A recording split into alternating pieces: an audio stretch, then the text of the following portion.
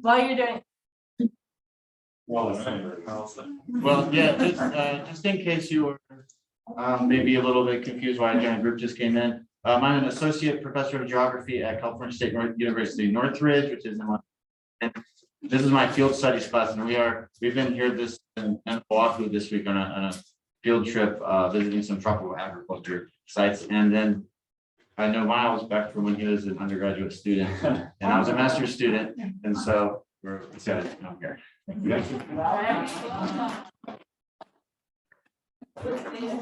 Thanks for bringing your students and welcome everyone. It's really great to meet you all. So what I'll be, just also want to thank Mary and the Center for Southeast and the Department of Geography and Environment, as well as the Political Ecology Working Group for sponsoring this talk. I hope you all can hear me well through the maps. I'll try to project as well as possible. But this talk is based off of a chapter from a book manuscript that I currently have under review that's called Socializing Land, Plantations, Property, and Resistance in Laos. And the book examines the intersections between globalized land and plantation investments with the dense social dynamics of land and ecologies in Laos. It's particularly concerned with the changing social relations of land as its control, use, and ownership is contested by the state, plantation companies, and peasant communities. So this talk will be focusing on the contested formation of property in rural Laos in the development of those plantations, like the one that you see on this image.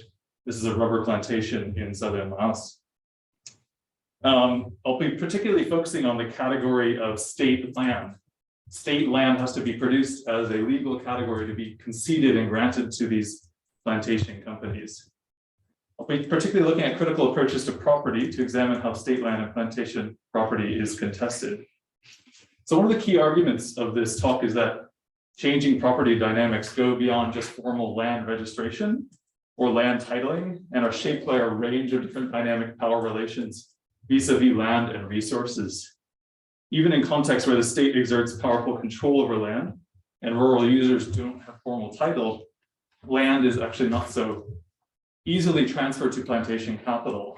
Peasant communities actually have a range of different agencies and strategies to demonstrate and animate their claims to land, including their knowledge of local and customary land use patterns that are not legible to the state and foreign companies. This talk's based on. Sorry, oh, I have to share the screen here first. yeah, Okay, sorry about that. no, we should have set that up. There's so many layers of technology. Yeah. That one. You have it? This one here, yeah. Yeah. Is that working? Okay. Cool. Okay. Yeah, sorry about Sorry. that. Oh, no worries. So this talk is based upon research that I did from 2013 to 2015, Southern Laos, which is around the time when a boom in land concessions was starting to subside, which is kind of in line with a kind of a slowdown of the global land rush, land investments globally. So I was focused on the granting of large land concessions to plantation investors, which is particularly prominent in the south of Laos here. So a lot of these concessions are being awarded to Vietnamese plantations. This is Southern Laos here, for rubber plantations, but also to Japanese, Indian, Thai, and Chinese plantation companies for eucalyptus trees, cassava, and sugarcane plantations. So my field site was in this area here, which is in the eastern region of Savannakhet province, which is bordering Vietnam, you can see here. This is zooming in a bit more on that site. So I examined the land concessions of two companies that you can see in the black and gray concession areas here in Pin and Saphon districts of eastern Savannakhet. These concessions are kind of strewn along Route 9, which runs from northeastern Thailand all the way to central Vietnam. And they're kind of sandwiched in between these two national protected areas here. So this was kind of the general area that was targeted by these companies. Both companies were awarded land concessions by the Lao government between 2006 and 2009. And each of their concessions were totaling around 7,000 to 9,000 hectares. So one company is a Vietnamese state-owned rubber enterprise called Quasi Garrico Joint Stock Company. It's a subsidiary of the Vietnam Rubber Group. I'll just call it Quasi throughout this presentation for short. You can see its concession areas located in black here on the map. And the second is a private Chinese paper and pulp company called Sun Paper that's planting eucalyptus trees, which will be used for paper and pulp production. And both companies have built processing facilities. So there's a pulp and paper mill here by Sun Paper and a latex processing plant here by Kenney-Lazar. And in this work, I conducted a comparative ethnographic study of both companies and a range of different villages that have differed in terms of the degree to which they acquiesced to these projects and the expropriation of their lands compared to those that indirectly and also directly resisted dispossession. And most of the people in these villages are of an upland ethnic minority group called the Bru. And I worked with research assistants who are familiar with these villages and could interpret between Bru language, which I don't speak, and Lao language, which I do. And that was quite useful actually in keeping some sensitive information in Bru language, rather than translating it to Lao when government officials were present. And then they would oftentimes translate it to Lao later on. So conceptually, this work is looking at intersections of land, property, and power. There's been a land rush of oftentimes called the global land grab across the global south, including Southeast Asia, where transnational corporations have acquired large amounts of land. And it's generated significant critiques about the social and environmental impacts of that, particularly issues of land dispossession and deforestation. And that deprives villagers of their land, water, and forest resources that is quite critically important for their livelihoods. The problem of land grabbing is often attributed to a lack of private property in rural areas. So one of the kind of main narratives is that investors can acquire this land when it's granted by socialist or post-colonial governments, because the rural people lack formal property rights. They don't have land titles, and therefore they can't protect those assets from expropriation. Foreign investors oftentimes assume the same thing, that they can get this large land concession from the government, and they can move any kind of potential land claimants out of the way. For example, in a World Bank report called Rising Global Interest in Farmland, which is a very prominent report on land grabbing, they suggested that existing rights to land and associated natural resources are recognized and ideally demarcated to allow users to defend them against challenges and engage in voluntary transfers. International land rights NGOs and also civil society groups are also attracted by the prospects of land formalization and titling that can protect farmers from losing their lands to large-scale land investments. So a focus on formal land registration has been a really important part of development programs across Southeast Asia over the past few decades, and especially the Mekong region. One of the problems with dependence on land registration and formalization as a means of preventing dispossession is that it fetishizes the title. It places too much faith on a land title to be able to protect the assets of the poor from unjust expropriation.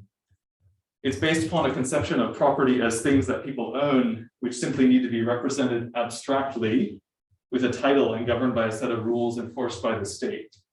This is a prominent argument of the Peruvian economist Hernando de Soto, which he makes in the book Mystery of Capital, which has been hugely influential with organizations like the World Bank, that if you can legibly represent assets with a title, it will bring out its innate value, and then that property can be leveraged as collateral to attract credit and be used as capital. So land titling is also viewed as kind of an engine of economic growth and poverty alleviation. Sorry.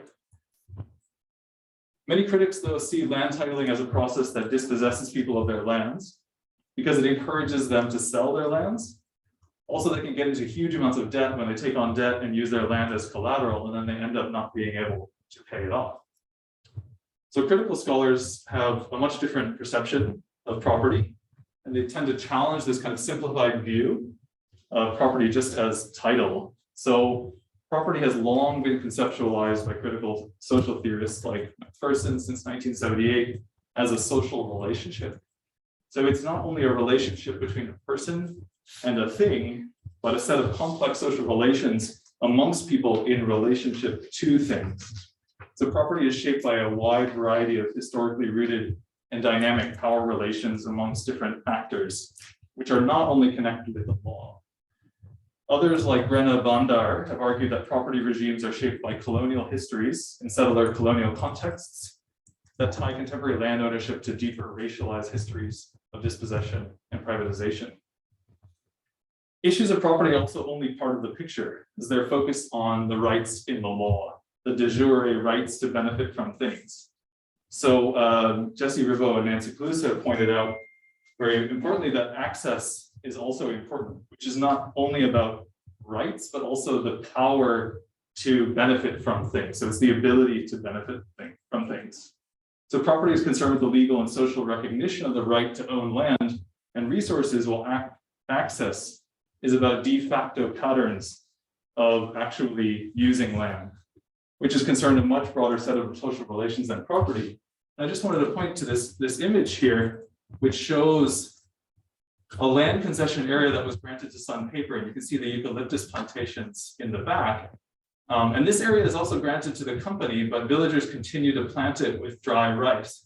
This is because the company hasn't started using that land. So from the perception of property versus access, this has now become company property, but villagers are still accessing it because they still have the ability to use it, at least for a certain amount of time. So it's clear that property as a set of social relations is bound up with power and authority, as Thomas Secor and Christian Loon have argued. Access claims to land and natural resources are secured when recognized as legitimate by a political legal institution like the government. And the process of recognizing such claims as property works to give a certain power and to that authority and aids everyday state formation. But when authority over property by institutions is questioned, contested, or even absent, then there can be a wider set of alternative set of forms of power relations that compete for shaping claims.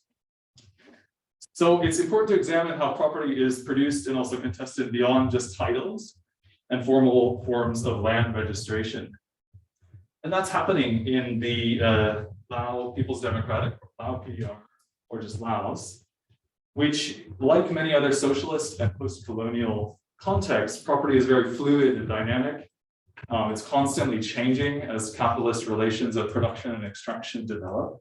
And the boundaries of property are still being drawn in frontier regions, and that continues to be contested.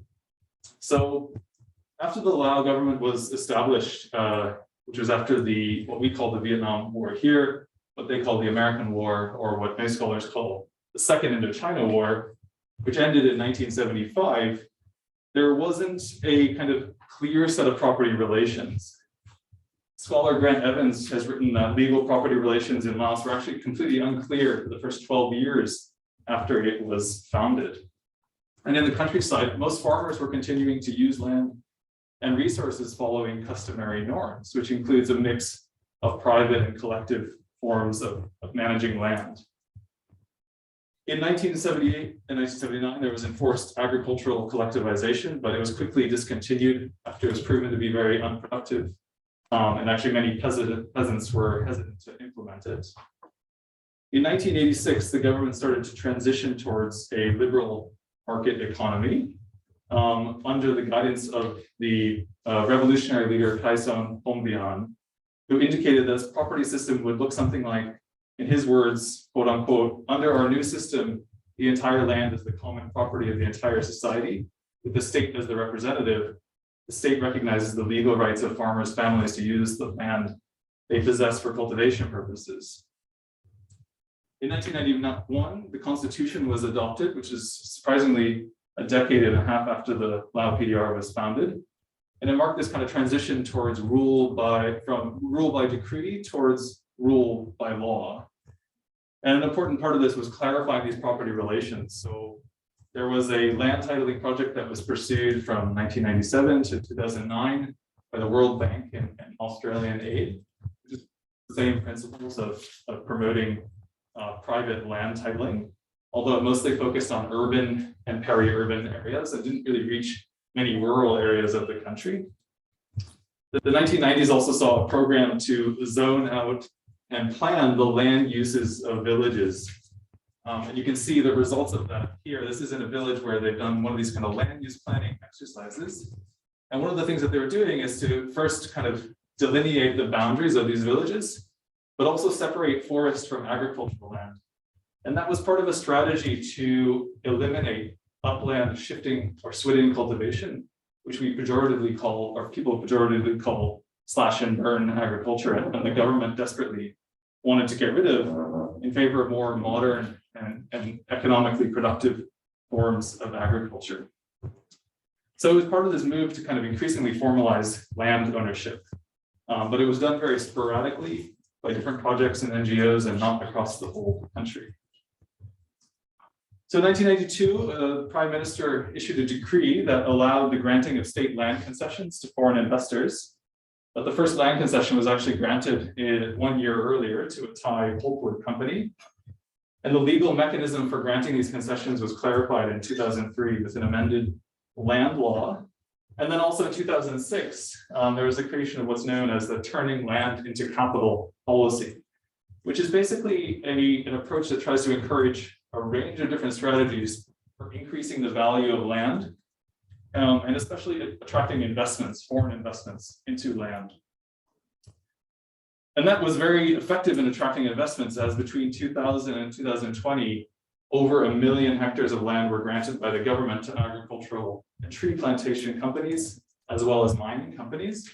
So you can see the locations of those projects here, and the relative size of them across the country, divided by foreign projects in red, joint ventures in blue, and Lao projects in orange here. But not all of this land that was granted is actually used. And so that's one of the issues, is that just over half of this land was actually developed. And that's partly due to a range of different problems that plantation companies have, but also because they keep running into problems with the actual development of this land on the ground, especially the resistance that they face from villagers. So what I want to kind of talk about now is this category of state land and how problematic it has been to kind of produce it. There's this kind of conception that all land in Laos belongs to the state. A lot of foreign investors are kind of hoping that that's the case, so that they can be granted these large concessions. But one of the problems with this is that it's somewhat of an empty legal category, in that for the most part doesn't exist on the ground. It's not quite clear where state land is and where it exists, especially in relationship to village land.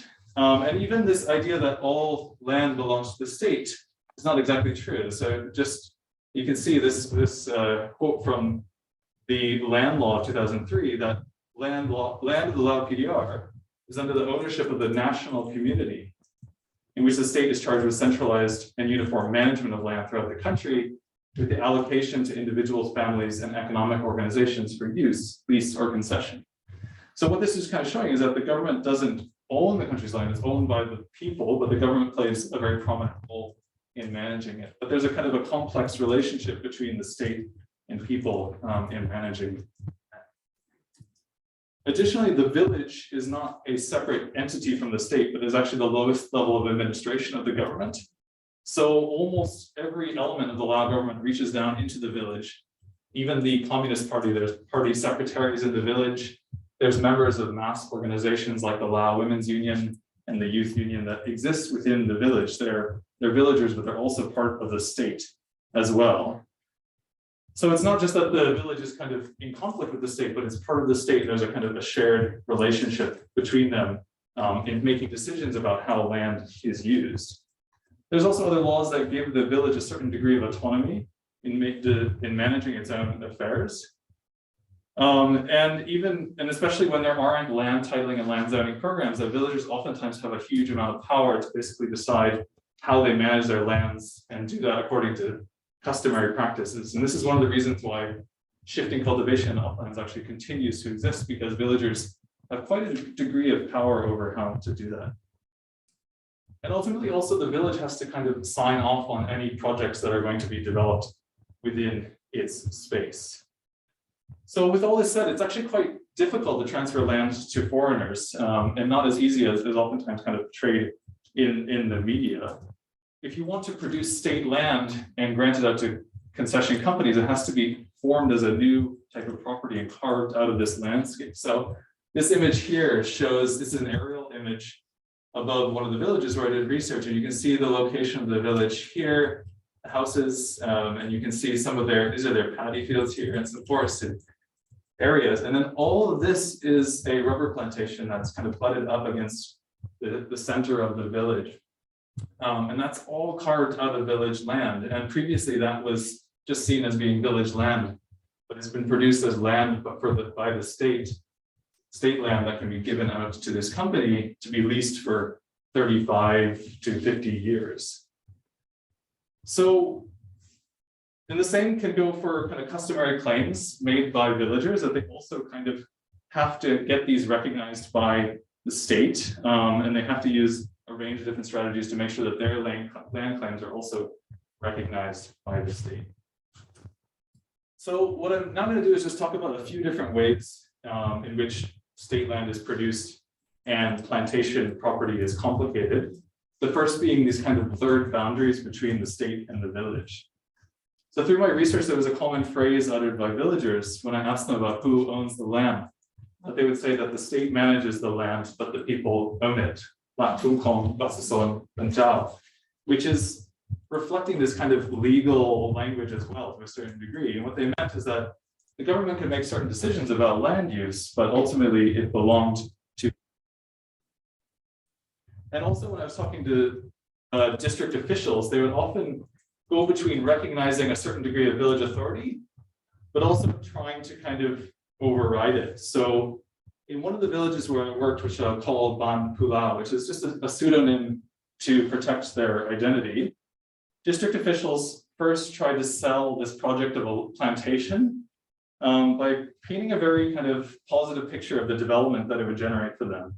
So they said that it would only be developed on unused and empty land, and it would create a huge amount of income and development for the village. They also said that the village had the right to decide whether or not to accept this project.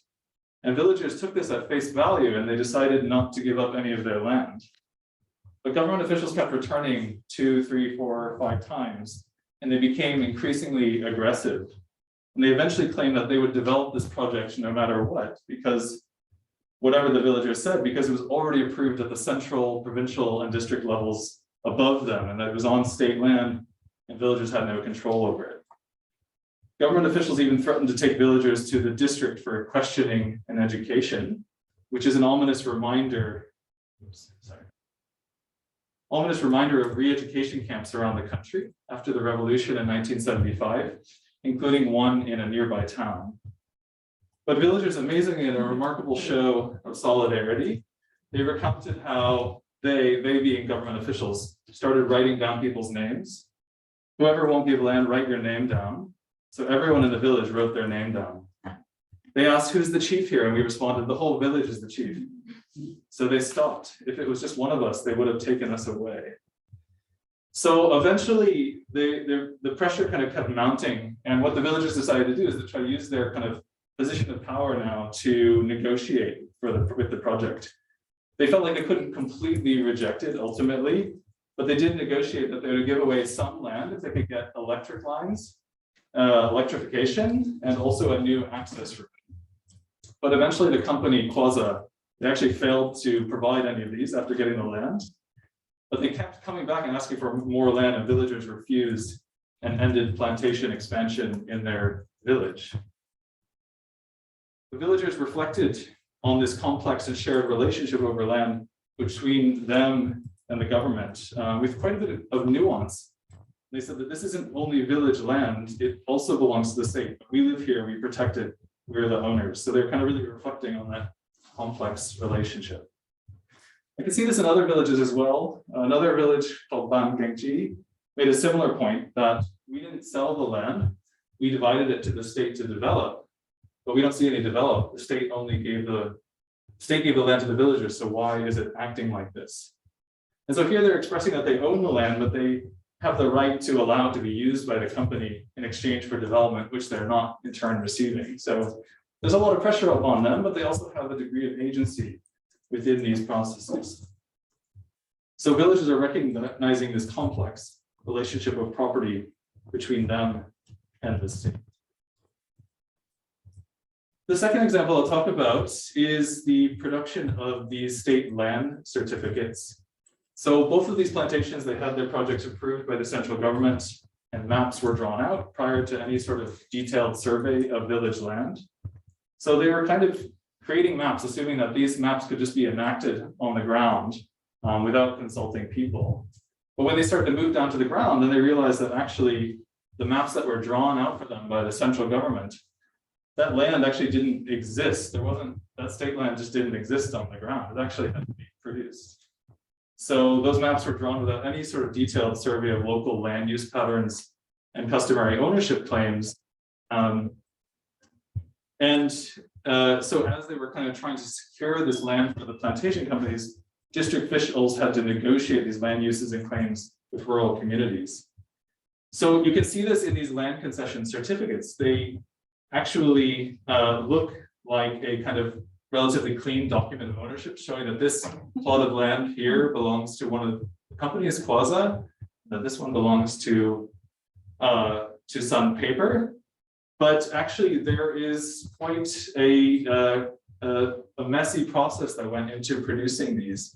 And if you start to look at these maps, you start to see some examples of this. So actually surrounding the edge of these polygons here, you can see that there are identification of different types of land use, including collective village land, villagers' private land, cemetery forests where Bru people bury their dead, and also conservation forests.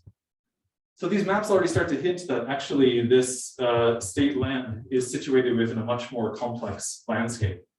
And actually for Sun Papers over here, it's much more complex. They have not only land uses listed on the outside and some that's kind of cutting into their polygon here, but there's also some plots of lands that are recognized as belonging to villagers, and even this area of river or stream that should not be cleared within 30 meters of it. So this is actually a reflection of how Sun Paper didn't have as much power and kind of and they weren't as effective in kind of getting the district government on their side. So they oftentimes had to engage in a much more complex negotiation process with villages. And then if we start to look at the process by which these were produced, there's actually a much more messy dimension to it. So they create this impression that it was quite an easy process of distinguishing between state and non-state land uses. And it's assumed that there was a process of developing these concessions by first surveying, then mapping, and then allocating the land and then planting it. But actually these things were all happening at the same time. And oftentimes the mapping and the surveying occurred after the plantations were, after the trees were in the ground. And data that I collected from the Provincial Lands Department in 2015 showed that for Quasi, actually, they had only surveyed 77% of their plantation land. And that's almost a decade after it was initially approved. So instead of kind of representing this careful prearranged discussion with villagers over land use and ownership, it's actually reflecting struggles and contestations over the land that occurred beforehand. And I can see this happening in a field visit that I had, in which I was actually visiting the field with a government research assistant, and we joined a team of provincial and district land surveyors to go check out their land survey of a plot for Quasi. So we thought, you know, they must be kind of surveying out the land for some new plantations, but actually these trees that you see here, they're quite big now and they had actually been planted 7 years ago. So they weren't actually surveying out land for the plantation, but solidifying the legal authority of Quasi's claims to land. This village, Ban Keng, which I mentioned a bit earlier, had a long-standing grievance with the company that the company had been able to acquire much more land than had been allocated to them, including up to the borders of their rice fields, which you can see here and also here, that are, you can see that the plantation right comes right up the edge of their rice fields, and had overtaken some of the lands that was right next to those paddy fields. So they brought these complaints over and over again, and eventually a survey team came out to actually figure out where the border of the plantation is and make it legal. And when we arrived here, we entered quite a tense political situation. I was traveling with district land officials, but they were meeting company representatives and the village site chief at that site of the plantation. So we had all these different actors together, And my government counterpart, he started asking the village chief what had happened. But the village chief just said how happy he was with the project, and the village didn't have any problems with the company, which is quite surprising. But actually, if you think about the people that were surrounding him and the pressure of that situation, it's not surprising at all. So we later held a focus group discussion at this village with the help of a brewery research assistant and no government officials present, and a much richer story emerged. So actually, villagers had agreed under pressure to concede 250 hectares of land. But like with Ban Pulau, they'd only done so because they wanted to get electric lines and an access road in return. And they didn't want the company to clear any land within 30 meters of their paddy rice fields or streams. But the company ended up clearing up to 1,000 hectares, including private agricultural land, which angered villagers. And one of the reasons for this was that after the village had agreed to give up land, the precise location wasn't surveyed or agreed to.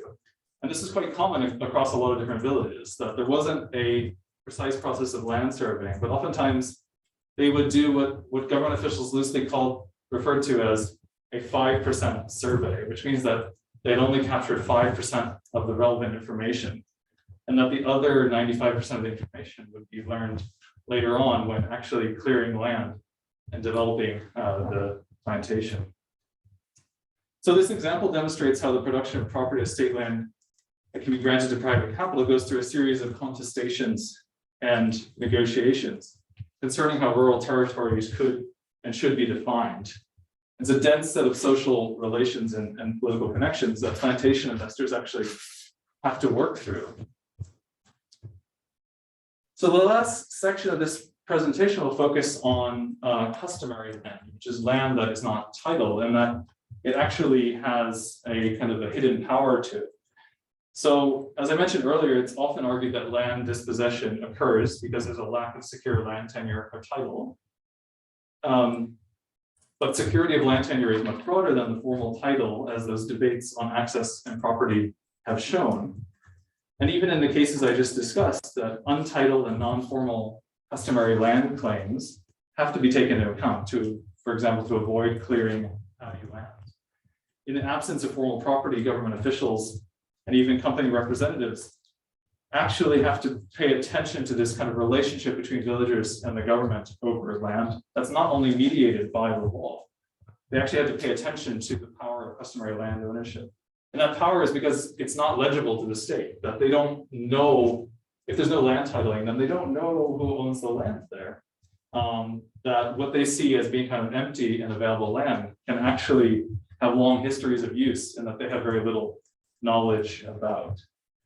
So both company staff and also government officials oftentimes found this lack of systematic formal property ownership not necessarily a good thing, but actually quite difficult and a confounding problem, because they oftentimes couldn't tell what lands were actually available for use and which ones were being used by villagers and might create some sort of conflict. So some plots, of course, like paddy rice fields, are clearly under production, but other plots are reserved for future use, part of the forest conservation in the village, or are under a kind of rotational within upland system of production. Sun Paper particularly found this difficult because they were under the impression that this land had been kind of reserved for them. But every time they went to kind of acquire it, then they would always run into these villagers that were saying, this land belongs to me and this can't be used, and that they didn't quite know how to deal with it. So in actually an interview that I conducted with them, they said, ultimately, we can't find land, we can't get land. We've summarized the reasons why. The first is that the people's land use is not clear. The second is that the people don't support us because they don't receive benefits. And actually, Sun Paper, out of the 7,000 hectares that they were granted, they were only able to develop about half of that. So they also said to me in an interview that villagers say this land is mine, but they don't have a land title or a certificate of paid taxes. Yet we can't clear the land all the same, so we still have a problem. And district officials had very similar points that they would say, when I asked them, is it challenging to find land for the company? They said, oh, it's very difficult. It's a hardship because we haven't allocated land systematically. Any land could be a villager's land. So other officials expressed certain similar sentiments, such as provincial government official who expressed that when the company comes, villagers claim they will use the land that they haven't used for many years. It's not right. And he later made quite a racially charged remark that ethnic minorities have an attitude of frequently changing their decisions. They might agree to give land to the project in the morning, but then refuse to give it in the evening. And the district official remarked that if we listen to the voice of the people, Siang Basasan, and actually there's a well-known Lao newspaper that's called Siang Basasan, or Voice of the People. So they should be listening to the voice of the people, following their kind of ideological commitments. But he said if we do that, then companies cannot get land and implement their projects. So there's a great case of how this happened in another village called Ban Sapang, where Sandpaper was granted just over 400 hectares of land. And this is a lowland ethnic minority community that's been living here in that area since the early 20th century. This land was allocated by the district government on what's called dry dipterocarp forest, which is a type of ecosystem called Ba Kop in Laos.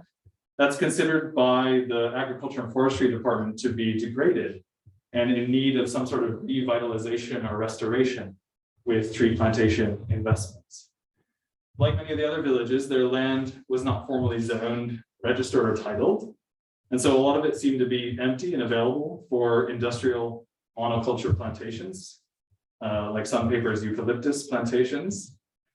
And district staff actually said that they had, the villagers had provided their consent already, that they had accompanied them on a land survey for the plantation and identified which lands belonged to the villagers and which ones could be used for plantations. So Sandpaper bulldozer operators, they were very surprised when they started to clear land, and villagers started coming up to them, telling them to stop immediately.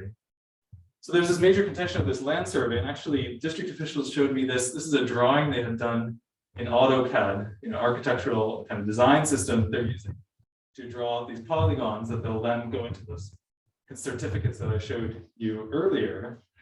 And they showed this to me to show that actually they've already taken into account villagers' land use, because this very oddly shaped polygon is oddly shaped because it recognizes the land uses of different villagers, like this guy here, this guy here, and here. So they were quite annoyed that they felt like villagers had suddenly gone back on their word after they agreed to give up this land. But villagers actually felt that they had been tricked, and they thought that the purpose of the land survey was to actually register their land, formalize it so they could eventually get titles.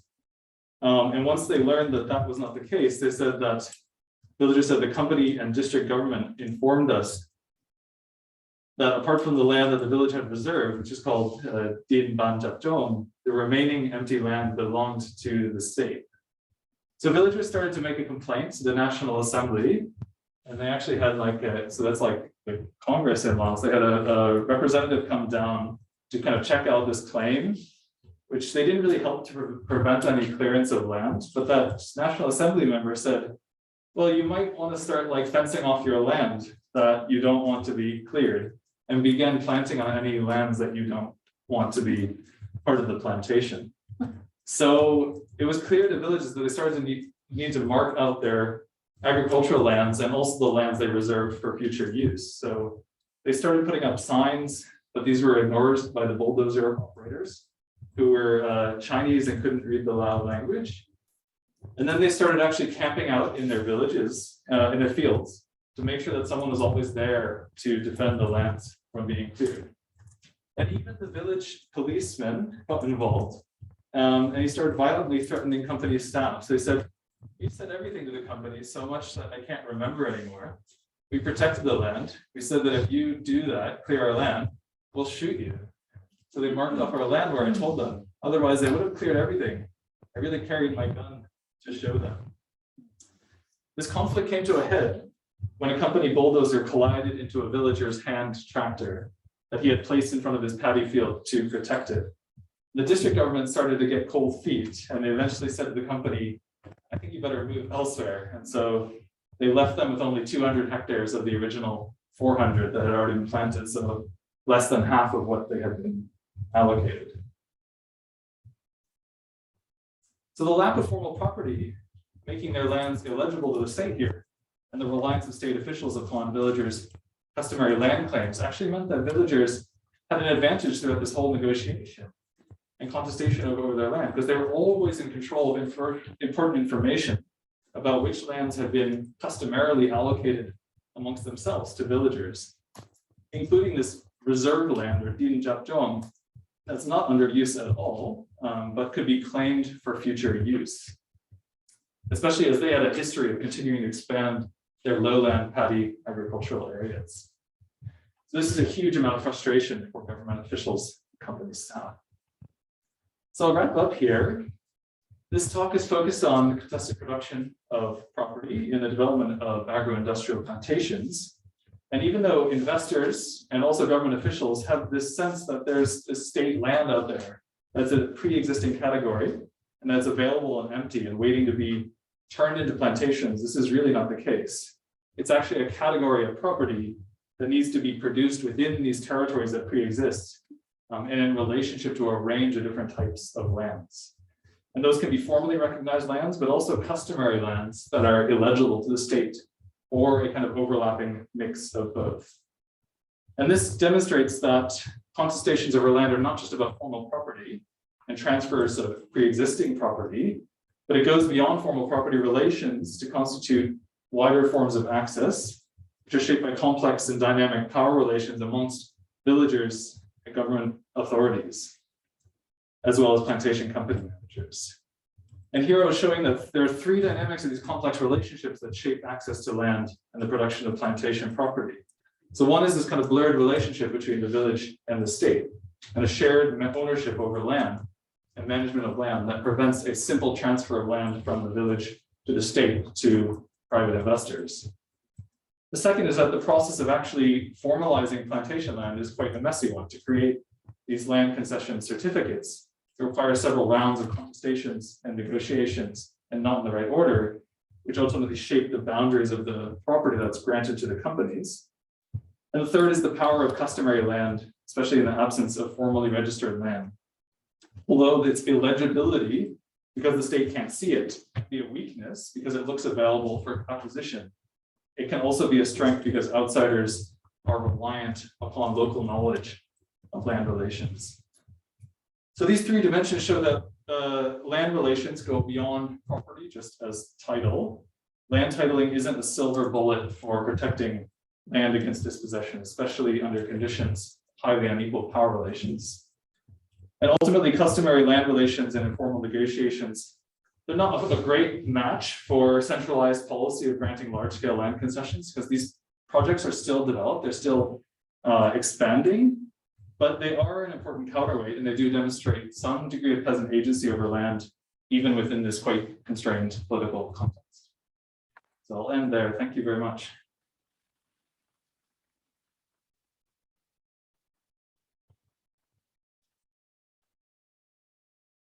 So we have 13 minutes for questions. I'm sure we have a lot more. We could go on for a couple hours like this, but I'll just let you go ahead and field the questions. Okay, sure, yeah. So yeah, does anyone have any questions here? Thank you so much for your presentation. I was wondering, so you were sort of outlining the relationship between the state and the village at the beginning, kind of, and the villages incorporated into the state. To what extent are like provincial or district officers or people working in the land office part of communities? Sort of what's the relationship? Are they brought from the capital out? How does that look? Yeah, that's a great question. It's one thing I didn't mention is that actually a lot of district officials have very close relationships with villages. I mean, these are like pretty lowly populated areas. Laos has a pretty low, it only has around 700 people. So in some of these districts, you don't have a lot of people. So if you're looking for government officials in a district, you're oftentimes drawing from people who come from some of these villages or have close relationships with them. So I can actually see this a lot in the district officials I interviewed and worked with, is that they felt quite kind of conflicted about what was going on, because they felt like both sides were doing things wrong, and they had a kind of commitment to government policy, but they also, you know, saw that there were problems that it was creating. So that their kind of embeddedness in the community is really. That can be the case with some provincial officials. In this province, the capital is in the far west, next to Thailand, so they're quite disconnected from what's going on in this area. That's a great question. Thanks. That's interesting. Thank you. Other questions? or comments? I have a. Yeah. question. So in Greece, when Greece had to enter the EU, there was also this need to formalize property and titles and ownership. And then I guess it was when it was, some of this work was done that, there was like 3 times more property in Greece than actually, or land that exists in Greece, right? After that occurred.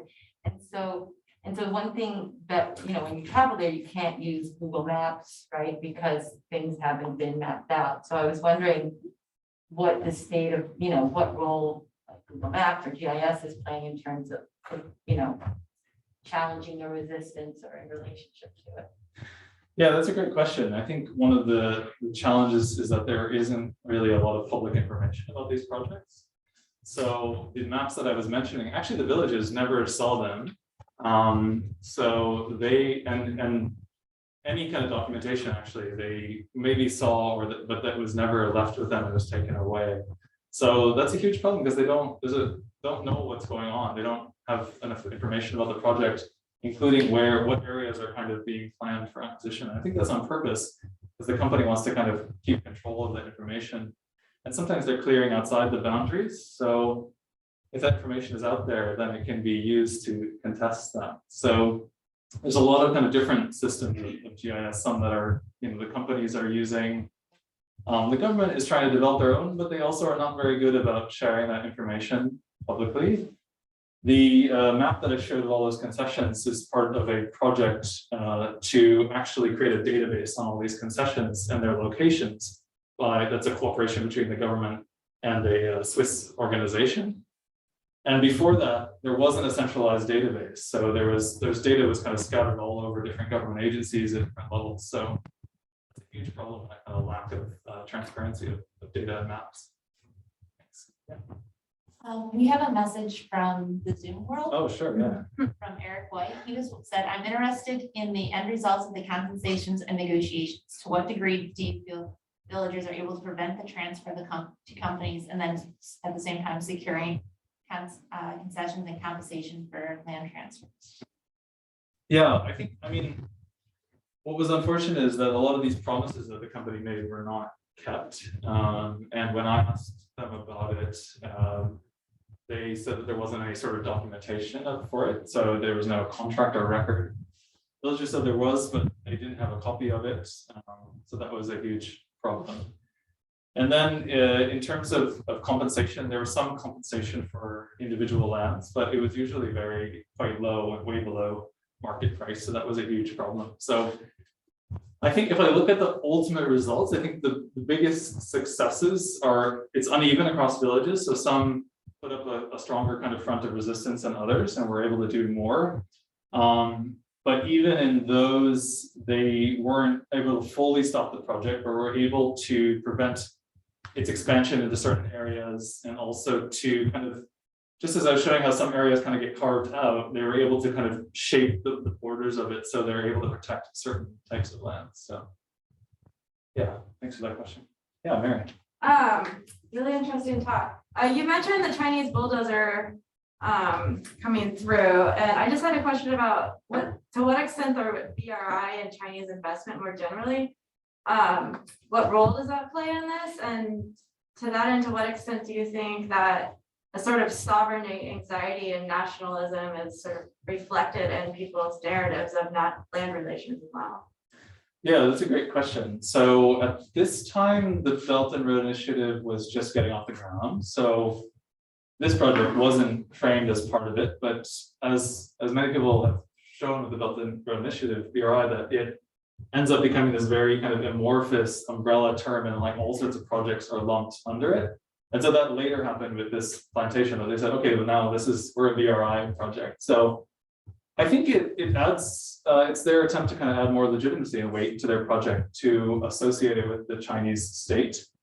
Because one of the problems that this company had is that they're a private company. So they didn't really have great connections with the government.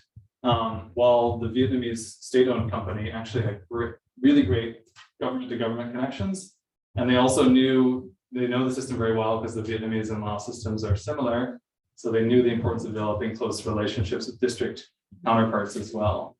So, but yeah, and then your question about sovereignty is a really interesting one. And that actually affected what was going on here, because it's actually can be a challenging space for Chinese companies to operate because it's kind of within this Vietnamese border area. And actually they told me that they spent like $16,000 surveying land in this district that was right near the Vietnamese border. And then one day the government just said, sorry, you can't actually have any of that land. And the rumor was that there was pressure upon them by the Vietnamese government not to allow a Chinese plantation so close to the Vietnamese border. So it's not, it's not so rigid that Chinese projects can't occur here, but there are some kind of security concerns, especially in the border regions.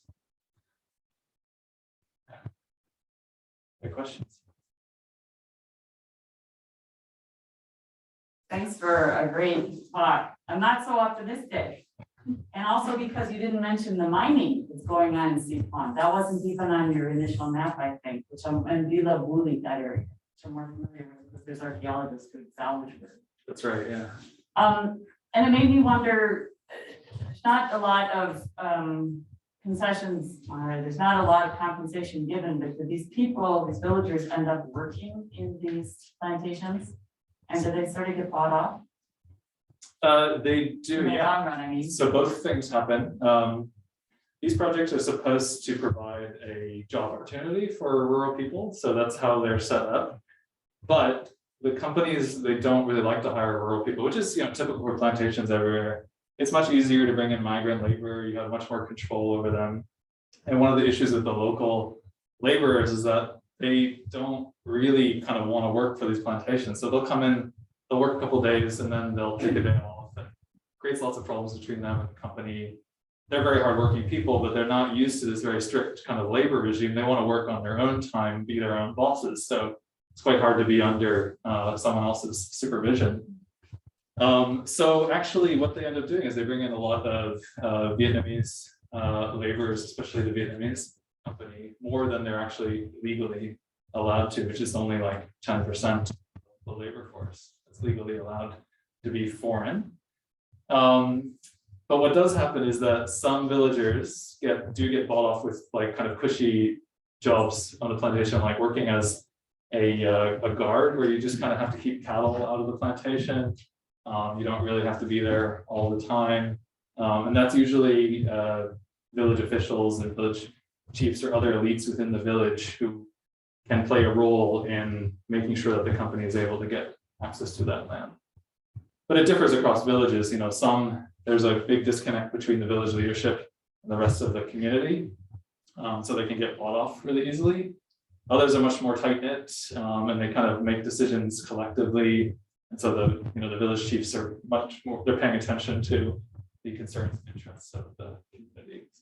I was particularly interested in the Chinese businesses. I work in northwestern Cambodia, like 2019, but perhaps will again soon. And the last time we were there, Cambodians were telling us that the Chinese owned everything and that the Chinese brought in all their own labor. They actually said more, getting back to the sovereignty concerns. I mean, they said that they brought convicts, but there was the perception that they came in either in Siem Reap or, with the hotel and tourism business, but in Battambang, further to the west, with agricultural businesses, but didn't benefit the local economy. Yeah. And I don't know how much that's their discourse and resisting and resenting the outsiders coming in, or whether it's an empirical reality. Yeah, no, I think there's a bit of both. There are lots of concerns about that in northern Laos. Chinese workers coming in for the railway that was just recently completed, but also plantations there and factories. And you can see like there's some changing dynamics in these villages as well. You have Vietnamese workers that are renting places within the village, that are setting up little cafes and motorbike repair shops, and so there's probably some kind of conflicts emerging around that as well. Sometimes, yeah, it can get like highly exaggerated, but there are, it's a changing social dynamic, so it's certainly understandable that it's on people's minds. I mean, something that the government is concerned about as well and trying to kind of limit, but there's lots of ways of getting around their regulations. It's a great question. And on the mining, yeah, this project wasn't looking at mining, so I haven't really studied it, but there is a huge gold and copper mine in the neighboring district from here, which has lots of similar problems of course, the dispossession, environmental pollution, and such. Thanks for the question. Yeah, at the back. I'm curious, so you said there, tiny, sort of like the slash and burn technique for agriculture. I was wondering what types of other like agricultural techniques they were implementing, if they had started to do that yet. And if they were like more traditional or if they're. Yeah, that's a great question. So it's really tough in the uplands because slash and burn or switting cultivation is actually quite adapted to an upland environment because you don't have to plow the soil. There's no tillage. It's rotational, so you're allowing the vegetation to regrow, and then that can provide nutrients to the soil when you burn it again. So it's a complex system that works quite well in a lot of areas. So if you kind of try to get villagers, they can't switch to paddy rice farming because it's too steep. Terracing is just incredibly difficult and labor intensive, and it takes many, many generations to create a good terraced rice system. So what's oftentimes the solution or the alternative is cash cropping. There's a lot of corn or maize production in the northeast of Laos. Rubber is a really big crop for smallholders as well to switch from swidden to rubber. But there's lots of problems with switching to those crops as well. So with corn, the soil gets exhausted very quickly, and they end up having to put loads and loads of fertilizers into it. Rubber is a long-term tree crop, but it has lots of problems as well, especially price fluctuations. So prices have been very low in recent years. So it's tough. Yeah, it's really tough to switch to something else. And I think it would be important for the government to think about having systems that work with swidden agriculture rather than trying to just get rid of it and replace it with something else. All right, so we are out of time, but join me in thanking Professor Kenney-Lazar.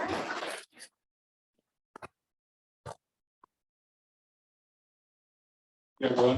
All Thanks right. everyone on the Zoom world. Okay.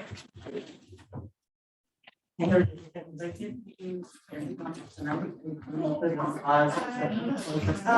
was great, thanks so much. Yeah. Yeah, that's it. Why are we getting ready for some conference? Yeah.